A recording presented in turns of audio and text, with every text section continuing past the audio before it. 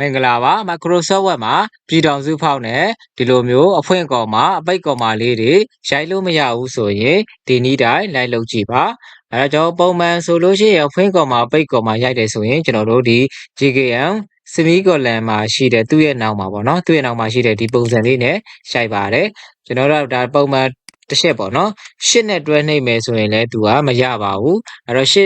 စ်ကီးနဲ့တွဲနှိပ်မယ်ဆိုရင်လည်းကျွန်တော်တို့ကဒီလိုမျိုးလေးပြနေမှာဖြစ်ပါတယ်အဲ့တော့ပြည်တော်စုဖောက်မှာဆိုလို့ရှိရင်ဒီလိုမျိုးအဖွင့်ကော်မှာအပိတ်ကော်မှာလေးတွေရိုက်တက်ရှင်နဲ့ရိုက်ရှင်နဲ့ဆိုရင်ကျွန်တော်တို့ file ထဲကိုသွားပါfile ထဲကိုသွားပြီးသားပြီဆိုလို့ရှိရင်ကျွန်တော် option ထဲကိုသွားပါ option ထဲမှာရောက်ပြီဆိုလို့ရှိရင်ကျွန်တော်ဒီနေရာလေးရှိပါတယ် profile ဆိုတာလေးရှိပါတယ်ဒီနေရာလေးမှာတစ်ချက်နှိပ်ပါOkay ဒီနေရာလေးနှိပ်ပြီးသွားပြီဆိုလို့ရှိရင်ကျွန်တော်တို့ဒီမှာရှိတဲ့ auto correct option ဆိုတာလေးကိုနှိပ်ပါ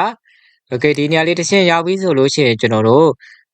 auto format as you type ဆိုတာလေးကိုတစ်ချက်ထပ်ပြီးတော့နှိပ်ပါဒီအပေါ်ဆုံးမှာရှိတဲ့ဒီ strike ဆိုတဲ့စာကြောင်းလေးမှာကျွန်တော်တို့အမှန်ကြီးလေးပြုတ်နေတာဖြစ်ပါတယ်ဒီဟာလေးကိုကျွန်တော်တို့အမှန်ကြီးလေးပြန်ပြီးတော့ရှစ်ပေးလိုက်မယ်ဆိုလို့ရှိရင်ကျွန်တော်တို့ Microsoft Word မှာ